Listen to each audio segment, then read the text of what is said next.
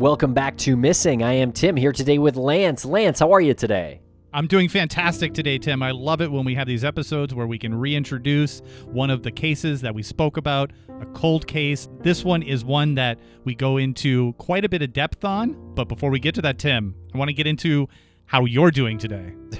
I'm doing great. I am excited to play this episode again. I'm with you on that, Lance. We first aired this one back in the spring of 2020 and then even spun it off into its own podcast feed called Missing Trenny Gibson. And if you want to hear all those episodes, you can do so there, or you can scroll back in the Missing feed and find them as well. But the reason we're doing this, Lance, is because Thursday's episode of Missing is brand new about Trenny Gibson's disappearance. We speak with Laura Risti, who has been investigating Trenny's disappearance for about 20 years. And she was a very big part of the series we did on Trenny Gibson. And so this episode coming up on Thursday is going to add to that series. And we just spoke with Laura about the disappearance of Paulie Melton last week. So I feel like this is a good time to bring the subject of Trenny's disappearance back. You know what else people love, Tim? Our social media, but there are, surprisingly, some people who don't know where to find that. Well, they can find us on social media at Missing CSM. Okay, here's 2020 Tim and Lance introducing the episode about Trenny Gibson. Thanks a lot for listening. And Lance, for this episode, we have a really mysterious disappearance case out of 1976 in the Great Smoky Mountains National Park in Tennessee. A young woman named Trenny Lynn Gibson went missing from a school field trip. Jennifer Amell, our researcher who puts together this information for us, she communicated with a few people and searched the information online and came up with a document that had the statistics and some of the details. And it seems like that Trenny would have been a unique young woman. She would have, as Jen said, she marched to the beat of her own drum. Who knows what this young woman would have become? She was 16 when she went missing, and there was very little indication that she had made an enemy out of anybody. And she went missing on a field trip. She ducks in the woods and she's gone. Okay, everybody. Well, I hope you enjoyed the episode. Please rate us 5 stars if you like what we've been doing. Thank you very much for listening.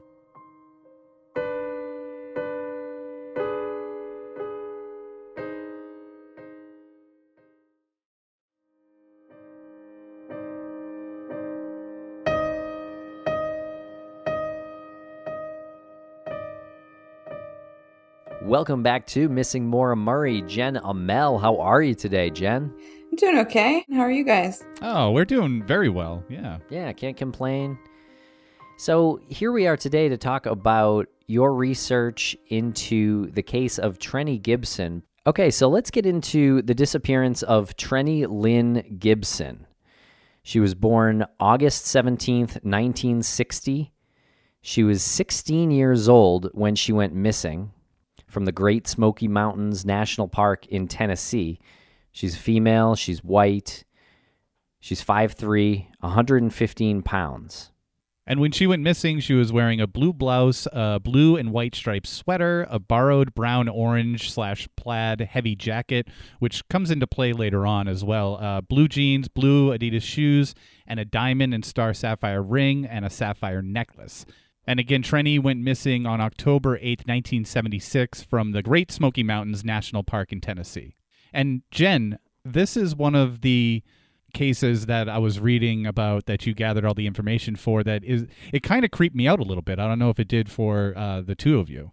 Yeah, it did. It's definitely a haunting story, and it reminded me a lot about the Maura Murray case. Yeah, I think because of the geographic location and the fact that it was sort of in between a couple of mountains, and you had the pass, like the road that went through, and then her scent, the dogs lost their scent, pretty much like it hit a wall and lost her scent. Apparently, yeah, it has a lot of Maura Murray indicators. Yeah, and she also went missing in the midst of like many people who had to all have turned away within a couple of minutes. Right. It's not like someone claimed they saw her get snatched up or something like that, or even walk away. It's like she's on the trail. She kind of ducked off the trail, and that's it. No one ever saw her again. So, Jen, you spoke to this woman. Her name's Laura Risti, and she runs a blog called Canadian Girl 77, and that's girl Gurl laura77.com. Tell us about your conversation with her. Yeah, I had an excellent conversation with Laura. Laura's not a private investigator, but she's been looking into Trenny's case for going on 17 years now. And she's had the opportunity to interview family members of Trenny's and those directly involved with the case, such as some of the classmates that were there that day that Trenny went missing. And how long has she been doing this for? 17 years. She's been looking into Trenny's case for 17 years. That's pretty impressive. So she must have a pretty substantial amount of information on this, correct? Absolutely, yes. She had hours worth of information when we just talked on the phone. I think it would warrant a good follow-up episode with her. A little bit about Trenny. She was born in Fulton County, Georgia, and moved to Knoxville, Tennessee, and that was around 1967, 1968. She was a junior at Bearden High School at the time of her disappearance, and all of this information that you're hearing is taken from Jen's research. She was skilled at drawing and reading. Trenny liked to help her mother cook, look after her little brother. She was friendly with her classmates, but apparently she didn't have a lot of close friends aside from her older brother, Bob. And when interviewed, one classmate said she wasn't particularly remarkable. She was pretty, but not the prettiest. She was smart, but not the smartest. And she apparently kept mostly to herself, was independent, and she was not the most social as far as her siblings were concerned. Her sister Tina was more social than Trenny, so she just sort of kept to herself. Is that a good assessment? Yeah, it seemed like she was an interesting girl, a quiet girl. She really enjoyed reading. She was bookish. She seemed very independent, like she sort of walked to the beat of her own drum. She reminded me of me in high school, honestly. And Trenny worked in West Town Mall in Morrison's cafeteria. She was saving her money to attend the University of Tennessee. And her family was tight-knit and loving. They attended the local Baptist church. And her mom is Hope. Her father is Robert. Her older brother, as mentioned previously, is Bob. Younger sister, Tina. Younger brother, Miracle. Trenny had a particularly close relationship with her older brother, Bob. He had graduated high school in May, and had joined the Navy, but he arrived home on leave that Wednesday before Trenny disappeared. And Trenny was excited about seeing him because he had been gone since July. So he came home on Wednesday, and she disappeared just a couple of days later on Friday. Is that correct? Yeah, that's right. Okay, and her mom, Hope, drove Trenny to school. Apparently it was raining. The weather wasn't promising.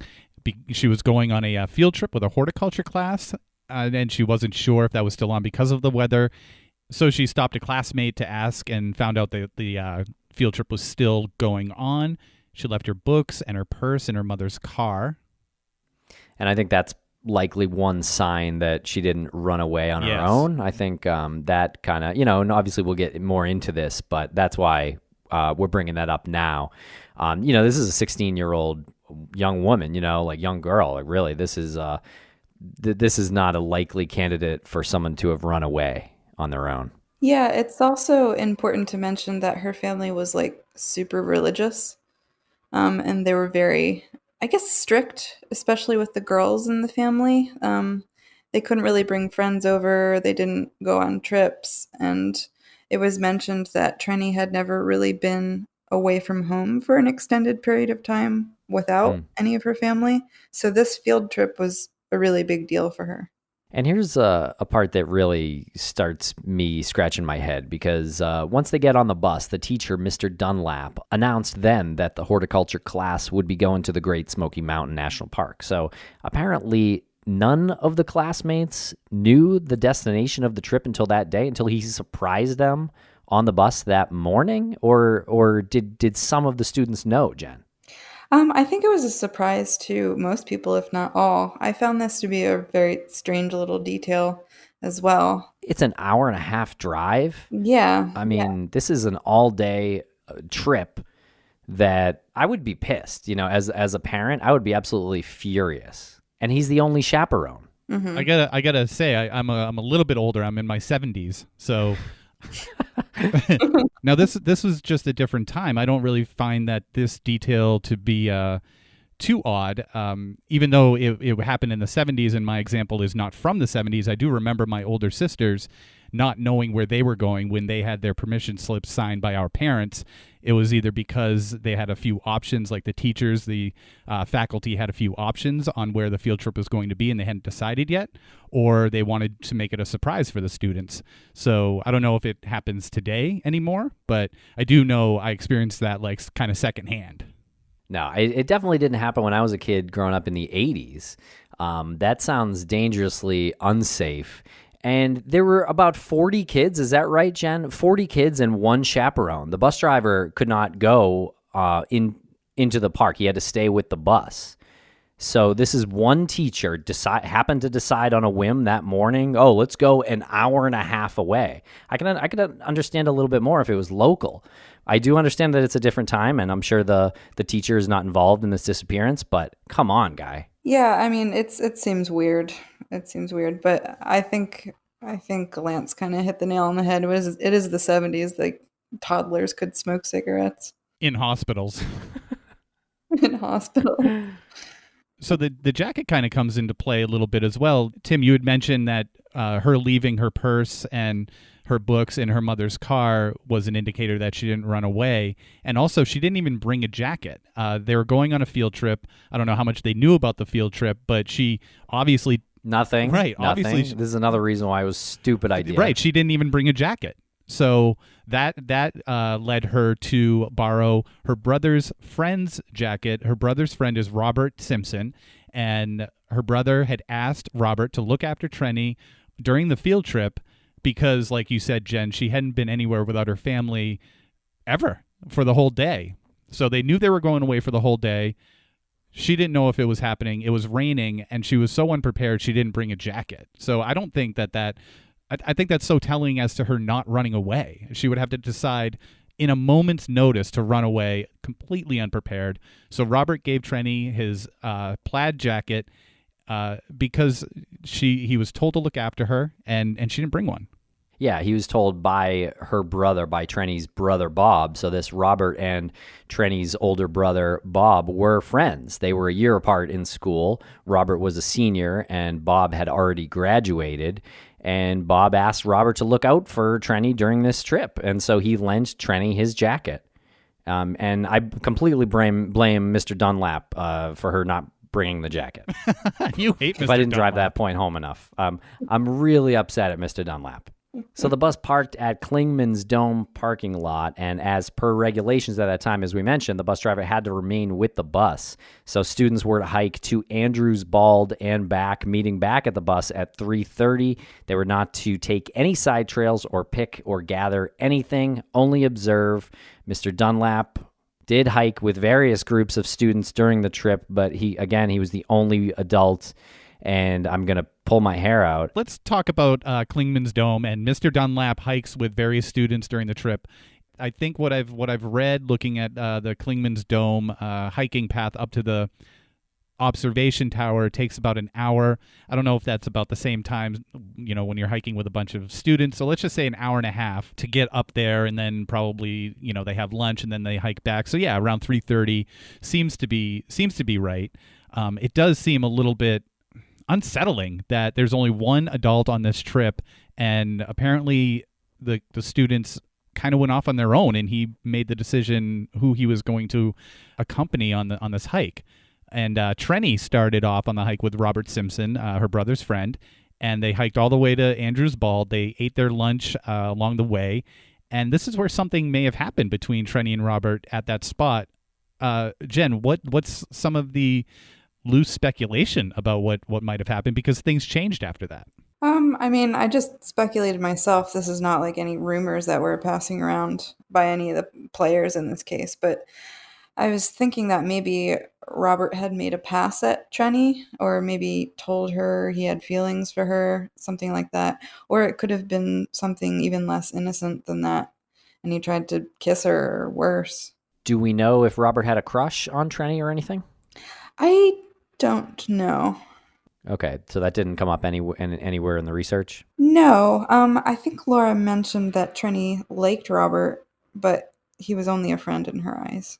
Okay, so Trenny decided to depart Robert and start back to the parking lot after they had I guess, ate their lunch and maybe something had happened. And Robert claimed that they separated amicably and Trenny wanted time to head back, and he left the trail to, quote, track a bear? Yeah, this is another weird part. Track a bear? Yeah, sort of like Mr. Dunlap thing. Whereas that's not really suspicious; it's just infuriating. This is like a little head scratching. That's not reality. You don't. No, that's not reality. I'm not from Tennessee, but you don't want to actually find a bear. Are you know? that dumb? Yeah. Like, you're that dumb. You're if you did something and you're lying about it, why say track something else? Like, no one believes that you went to go track a bear. He was doing man stuff. Maybe Right. Just friggin' a bear. Well, it's the 70s. Maybe the bears were a little bit more laid back. Yeah, they're friendlier. They're on TV with Smoky the Bear. And so according to various groups of classmates, Trenny was hiking at a faster pace than others and seemed to be walking on a quote-unquote mission. And when she met another small group of classmates hiking the trail, one student said she stopped suddenly just ahead of them. She ducked her head slightly to her right, crouched down at one point, then stepped off the trail. She was never seen again. And this student said she was forever haunted by that moment. Jen, how far away was she from the other students? Yeah, so this is really strange. So she was hiking away from Robert from Andrews Bald, where they stopped to have lunch, and she had passed a couple groups of students. So she would have been like right in the middle of her class, though they were staggered down the trail. And so when she stepped off, she was in the middle of like a bunch of people. So everyone had to look away at the same time for her to disappear during this time. And this is what reminds me of Maura's case. Yeah, it does seem like she saw something to the right, because she looked to the right. Or was avoiding something, yeah. But it seemed like she saw something and walked towards it. Do we know where Robert was at this point? Was he behind her or in front of her? We don't know where he was. Tim, he was tracking a bear. Right, so he was unaccounted for. Yeah, in fact, he was unaccounted for this whole time until he reappeared at the bus at 3:30. So nobody saw him. This is the part that freaks me out. She's amongst her classmates. You say it's a small group of classmates, but still there's a few people around her. And she's seen stopping suddenly. Someone remembers this so distinctly. They remember her looking to her right. And she crouches down. She stops, looks to her right, crouches down like she's trying to not be seen, and then she steps up the trail. Tim, you said she was walking towards what she saw, but I don't know if that's specifically the case. It seemed like it to me. It did seem like it until you said that, and then I was thinking, oh well, maybe she stepped off the trail in the other direction, trying to get away from something. I don't know. The thing that really freaks me out is, Jen, you say in this research document, the student who saw her do this was forever haunted by that moment. Was there any follow-up by that student? Did they go maybe call her name into the woods or something? Like, or hey, where are you going? Was she that sort of like nondescript? Like, oh, there goes, I think her name's Trenny. She just walked off the path. Looks like she was ducking down from something. No one was concerned? I think maybe the sense of haunting came after the fact, in retrospect, looking back. I don't think anybody was really that concerned. Yeah.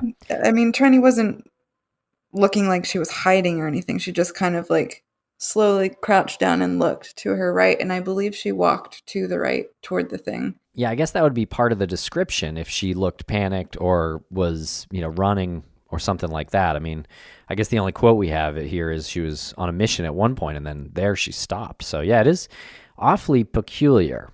Indeed. So when the students arrived back at the bus at 3:30, roll call was taken and it was discovered that Trenny was missing.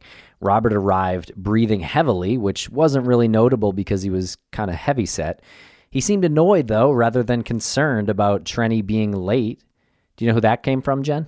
From various classmates who reported on him. But this strikes me as especially strange because Trenny's brother, Bob, had specifically asked Robert to look after Trenny and make sure nothing happened to her. So wouldn't you be more concerned if your charge was suddenly missing? Yeah, exactly. I would think so. I mean, maybe him being annoyed was, thinking that she was going to come back and she didn't. Yeah, I mean, at the time, maybe he was annoyed. I don't know, where the hell was he too? Mr. Dunlap then sent a student named Danny Johnson to search back up the trail for Trenny while he himself went to search Double Springs to see if Trenny had gone off trail or taken the wrong one. And when the search did not turn up Trenny, Mr. Dunlap sent the bus home with the other students, so this was a good decision. He then called the National Park Service at 4 p.m., so he really didn't waste any time there. It was only a half an hour after he took roll call and realized she wasn't there initially. And a ranger came down and he helped Mr. Dunlap search again. Yeah, and it actually seems like they got everything together pretty quickly. A couple hours later at 6:30, the National Park Service gathered 19 volunteers to search the area. And when the bus arrived at school, Trenny's mother, Hope, was told that her daughter was missing. That's a terrible thing to hear. Yeah, that'd be horrifying. And especially because she maybe had to spend the night. I think it got about around the 30s that evening. So that's very dangerous. I can't imagine anyone in the Gibson family got any sleep that night. And we'll be right back after a quick word from our sponsors. Thanks to our sponsors, and now we're back to the program. And the next day, the Gibson family, along with tracking dogs and volunteers, went back to search, and they found a beer can and cigarette butts in the area where Trenny was last seen. And so we don't really know that that's connected to the case, but we do know that that's where Trenny went off the trail, and then they're there. So that's, again, peculiar. I would have to say that is probably related in some way. Yeah, I mean, I don't know. I don't know if that was an area where a lot of people would go and just, smoke a couple cigarettes and have some beer. I have no idea what to make of that. I do know the dogs tracked Trenny's scent from the base of Klingman's Dome Tower to the place where she went off the trail and then lost the scent at Collins Gap in the middle of a paved road. It's like an in-between road, sort of. It really does remind me of the Route 112 where Maura went missing. All of the tracking dogs were different breeds and all hit on Collins Gap. And Trenny's uncles also helped with the search, bringing their own dogs, and those dogs had the same result as well. Yeah, so the speculation sort of being that Trenny got into a vehicle at that point or was taken into a vehicle, perhaps. I'm not really sure, but it would seem to point that there was some interaction there on that road. Jen, is this information that you received from Laura, that this is exactly where the dogs lost her scent? Yeah, that's exactly what Laura said. And she was pretty adamant on saying that they were different breed dogs and that they'd all lost the scent at the same place. Some of them hit on the place where she allegedly went missing on the trail, but all of them hit on Collins Gap. So this makes me think that she definitely got into a car and she was either taken farther into the park or outside of it somewhere. And Laura believes the same thing? Yeah. Yeah, with those dogs, it is good to know that several different breeds and several different kinds of dogs, and a lot of different dogs were used, because that is one thing that we hear over and over about dogs. It's like, they're only as good as their trainer, and you can't really trust them until you have several data points. And so as far as the investigation goes, there were a lot of authorities involved, the National Park Service being one, the Knoxville Police Department, and the FBI later got involved. And Laura, the woman that you spoke with there, Jen, she is vehement in saying that a proper investigation was not conducted. And tell us why. So she says that too much weight was put on the assumption that Trenny had run away. And this was common of the 70s, apparently, especially when dealing with some missing teens. And also because no trace of her could be found in the park. It was thought that she left the park of her own will, maybe hitchhiked somewhere. And there was a rumor that she ran off because she had a secret boyfriend? Yeah. I don't know how true that could be. I mean, Trenny came from this very conservative family, which doesn't mean she wouldn't try to rebel. I do know she smoked cigarettes and stuff, which was not condoned by her parents. But that's a far cry from finding a boyfriend and running off with him. And like the boyfriend wasn't reported missing. Like, who is this person? Right. So if it goes back to the Maura Murray thing, if there was somebody who Maura went missing with, who helped her to escape her life, that person hasn't come forward, nor has anybody heard about a specific person coming forward. This one's just as interesting because exactly, if there was a secret boyfriend that no one knows about that she was dating and then planned this escape from what seems to be a kind of a strict environment, but nothing worse, right? I mean, her home life wasn't anything worse than strict that you know of. Where's this other guy? Right. Where's this other person? Why hasn't that person come forward in so many years? Exactly. I mean, Trenny didn't even know where she was going that day. Yeah. And it's not like she had a cell phone in her pocket saying like, hey, babe, pick me up. Right. Yeah, I think that's an important detail that we didn't know. Right, exactly. And she also smoked cigarettes, you said. Yeah, I think that was like one little thing that she did in order to rebel. But it was the 70s, remember, so it's not that bad. Do we happen to know if the cigarettes that were found were the cigarettes that Trenny smoked? Did she have a particular brand? I didn't get any information in that regard. I don't know which brand she smoked. Or even if she had a brand, I think it was like she would accept a cigarette from people who were passing by or her brother or, something like that. And I guess it's kind of hard to determine whether or not the cigarettes that were found had, were smoked by Trenny and Robert. And even if they were found, like, what's telling about that they had a couple of cigarettes while they were hiking? But here's one thing that I find even more curious is the beer. So someone, if it was a student's beer, a student brought that beer from home and just was like, what, put it in his pocket or something? Or they had in his backpack or something? They had backpacks, I guess, because they packed a lunch. It's possible. I mean, yeah. I wonder if they collected this evidence because even though they didn't have DNA testing at the time, they could have, lifted prints from it. Yeah, I would hope so. I mean, maybe they did run prints and nothing came back. Yeah, or maybe they ran prints and it came back, and even if it's Robert, what does that do? Robert would just say, yeah, arrest me for not being of age to drink a beer. It really doesn't say anything. I think the damning thing was that the beer was found where she stepped off the trail. Mm-hmm. So, who was there? Who was signaling to her?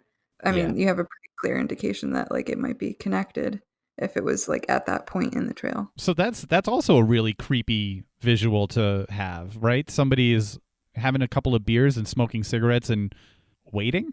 Watching and waiting?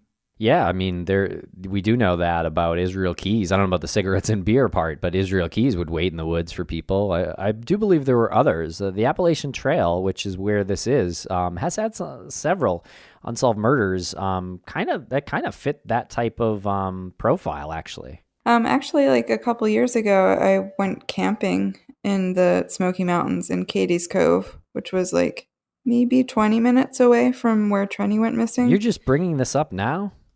Sorry. How long have we known you? So I went camping there, and the week before I arrived there was a young boy that went missing. Oh, no. Did you know about that before you went? No, I didn't. There was signs up all around at the campsite. Well, national parks are sort of a hotspot for missing people. Here we go. It's probably not anything more sinister than they're just the terrain is rough in a lot of national parks, and there's woods, and there's a lot of places to get lost. But I do know there's a popular series out there called Missing 411 that deals with this, and I think they speculate about, well, I don't want to say David Paulides speculates about anything, but he sort of lets the audience speculate, but really kind of pushes you towards Bigfoot or aliens or something. Yeah. Aside from Bigfoot and aliens and Robert Simpson, were there any other suspects? Yeah, there's a crazy story that happened a year before. And when I first heard about this, it was like, well, of course this guy did it somehow. So Kelvin Bowman was another student at Bearden High School, and he was one of the few black students. A year previously, almost to the date, Kelvin showed up at the Gibson house drunk and calling for Bob. Hope watched him through the upstairs window and said he hunkered down in front of Trenny's window by a planter box. He stuck out his foot, so Hope shot him in his foot. After he was shot, Kelvin broke Trenny's window and still tried to break in. So this guy got shot and then still tried to break in and attempted to drag Trenny, our missing woman, outside. And Trenny actually got away, though, and went for her mother. Kelvin came down the hall, arms raised. And it was determined that he was drunk. And what happened after that? So he gets arrested. She calls the cops. He gets arrested and he's sent to juvenile corrections. Is that accurate? That's right. Yeah. And after he got out, he threatened to get even, quote unquote, with the Gibsons, and he would constantly heckle Trenny at school. So how about that? Okay, and there were rumors that a car was following the bus the day of the field trip, and many believe this car belonged to Kelvin. However, Kelvin did not own a car.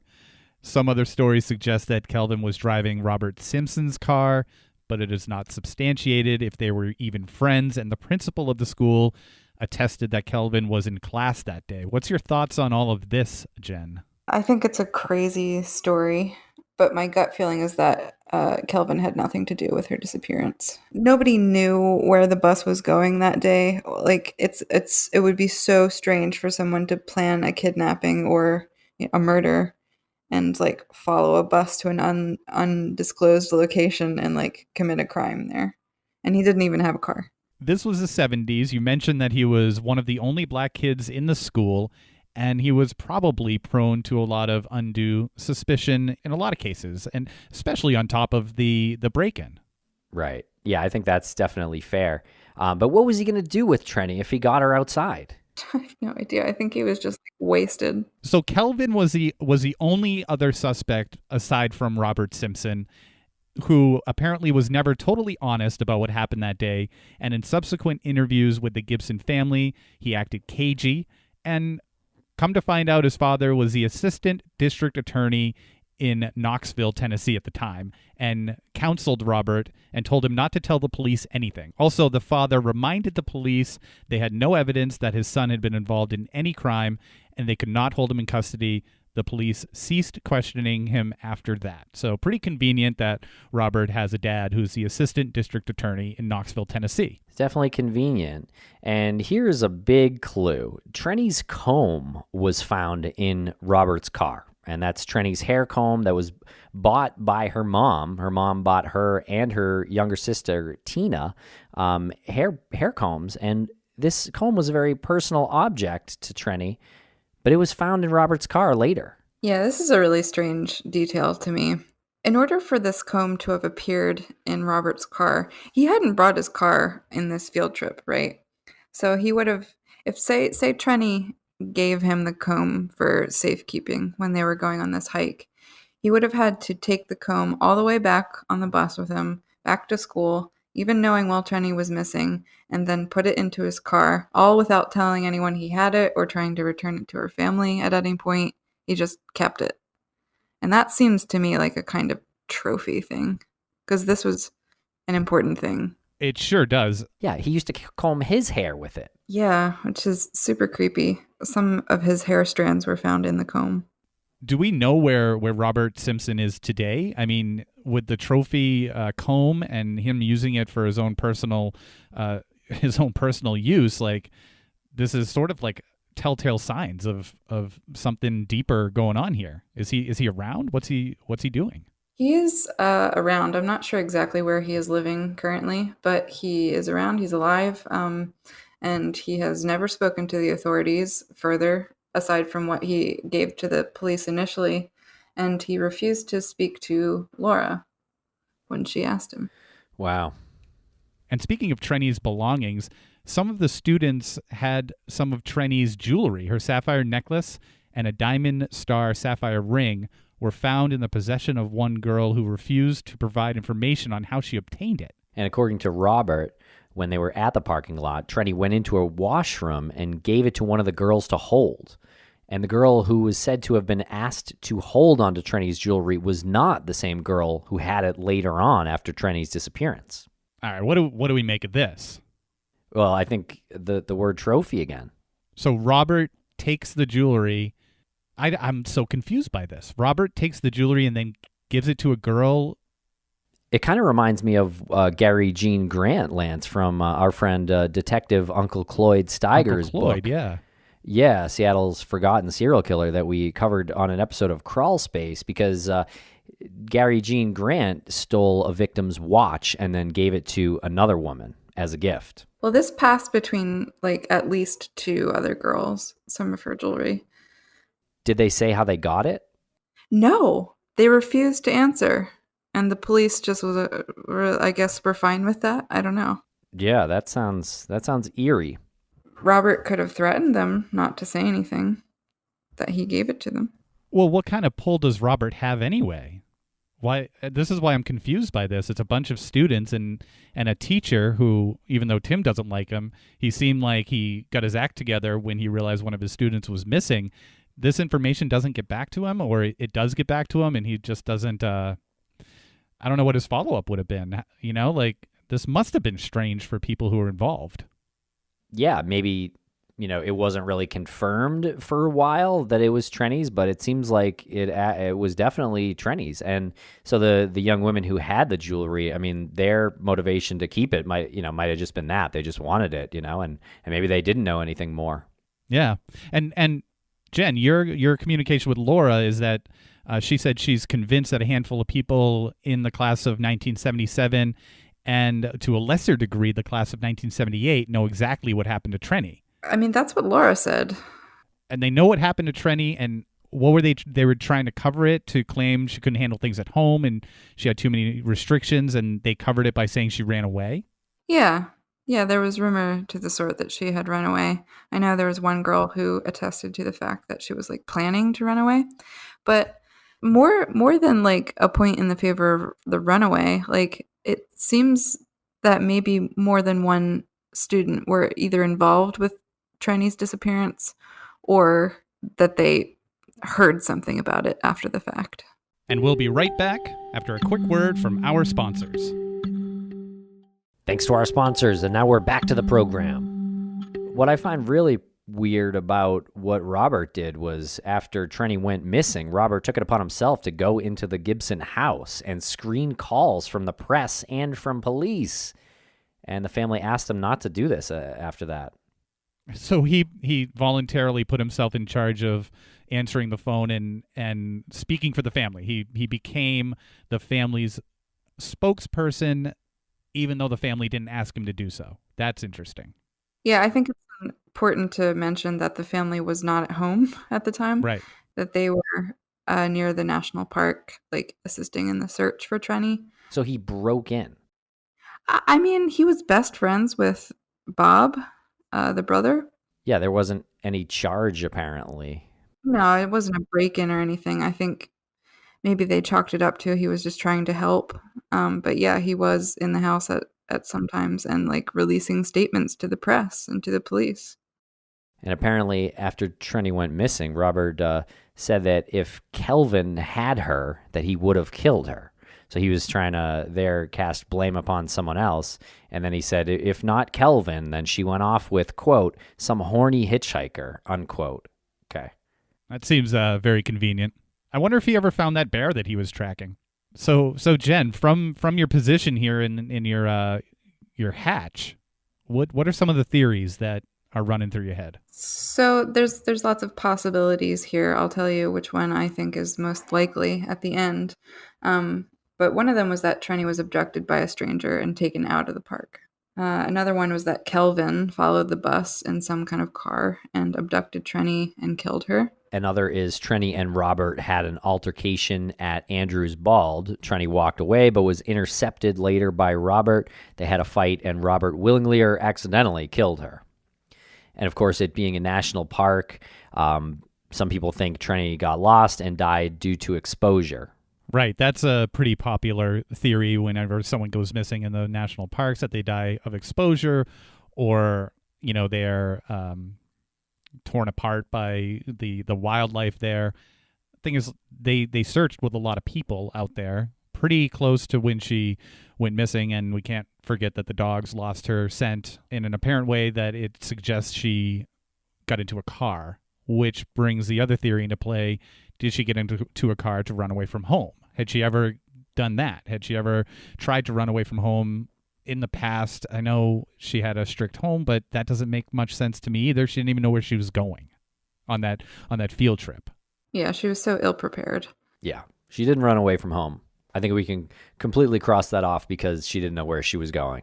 Yeah, it would be such a ridiculous plan to try to enact at that moment. She didn't even have a jacket. So Jen, I think your theory of choice is that she walked into another dimension. I mean, if this were Twin Peaks, potentially. Can I add an unlikely theory? Sure. Mr. Dunlap had someone meet the bus in the parking lot, and that someone, they organized making Trenny go missing together. I realize how far-fetched that is, but human trafficking ring, I don't know, that's what comes to mind. I mean, again, a lot of Dunlap's actions are just so stupid, for lack of a better word. I'm still mad at him, but he probably didn't do anything. I don't think that's what happened. Yeah, he was definitely a suspect for at least a little bit of the investigation, but he was ruled out, I believe, in the end. Okay, so what is your theory that you're going with? I really think that Robert had something to do with Trenny's disappearance. I think that he killed her and that he maybe had the assistance of another student, or he talked about it with another student. Do you think that when they separated after they hiked together, had lunch, something happened, they separated, she was on the path trying to get away from him? Do you think that she saw him in the woods? Or do you think that do you think that's where it happened? Was he, in your opinion, going off trail to maybe intercept her? I think what makes sense is that when they were at Andrew's Bald together, something happened between them in which Robert made a pass at Trenny, and because she comes from this very conservative background, may have freaked out a bit. It could have been a very innocent thing, like he tried to hold her hand or whatever.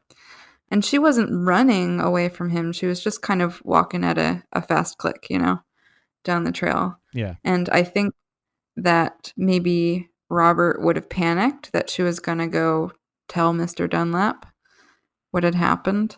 And so he went off trail trying to intercept her and then signaled her from the side. And because it wasn't maybe that serious of an incident, maybe she was like, okay, let me talk to him.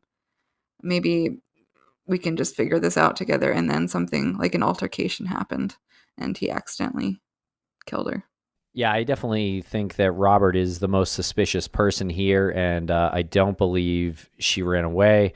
I look towards Robert. Yeah, I do too, up until where the dogs lost her scent. So he must have had someone else pick her up, or is it possible that she was trying to get away from him because of whatever happened at Andrew's Bald, and she made it out to the road and someone else picked her up? I don't think she's alive today because that wouldn't explain, why she wouldn't go back to her family. But an altercation could have carried into that road or even beyond that road. I'm not sure how much they searched beyond that, but. So there's also the thing, like if the dogs tracked her scent to this parking lot and then lost it further down the road, doesn't mean that she was even alive when she was in that parking lot. I mean, Robert could have killed her, stashed the body somewhere. I mean, it is the wilderness, and then came back later with his car to pick her up. Ah, there you go. That makes sense. Yeah, that's good thinking. Maybe. Where he had somebody help him dispose of the body. Like his dad.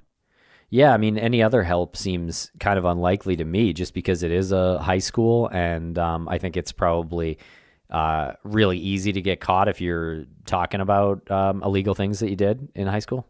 Yeah, well, I think it's part of the reason that nothing ever came out of Robert's mouth about this case is that his father is an attorney. He's the ADA. Like, he would counsel his son to just like shut up, not say a word. So where this occurred actually is on the Tennessee and North Carolina border. So you don't have to travel very far to put a body in another state at that point. I guess that's why the FBI was involved. But whoever did this has already got a leg up on a search by involving a second state. Okay, so if anybody has any information on this, who do they contact?